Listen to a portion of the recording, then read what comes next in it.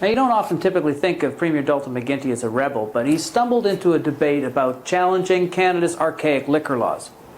Last summer, when the Premier travelled to Vancouver for the annual Premiers' Conference, he was given a gift by BC Premier Christy Clark, 2 bottles of wine and a bottle of spirits. Now, when McGuinty brought these back here to Ontario, he broke the 1928 Importation of Intoxicating Liquors Act, a holdover from Prohibition.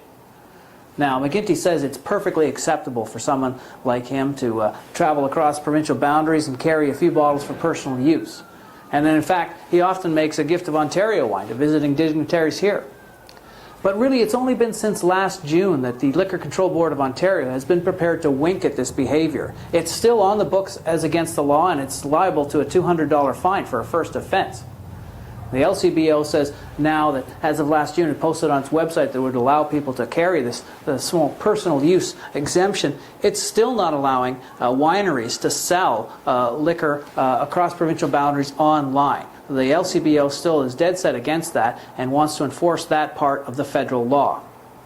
Now, this law, as I say, has been around since 1928. It is being challenged in the House of Commons. It's a private member's bill from Conservative MP Dan Albas from the Okanagan region, who wants to change that law through a private member's bill. For the Toronto Sun, I'm Jonathan Jenkins.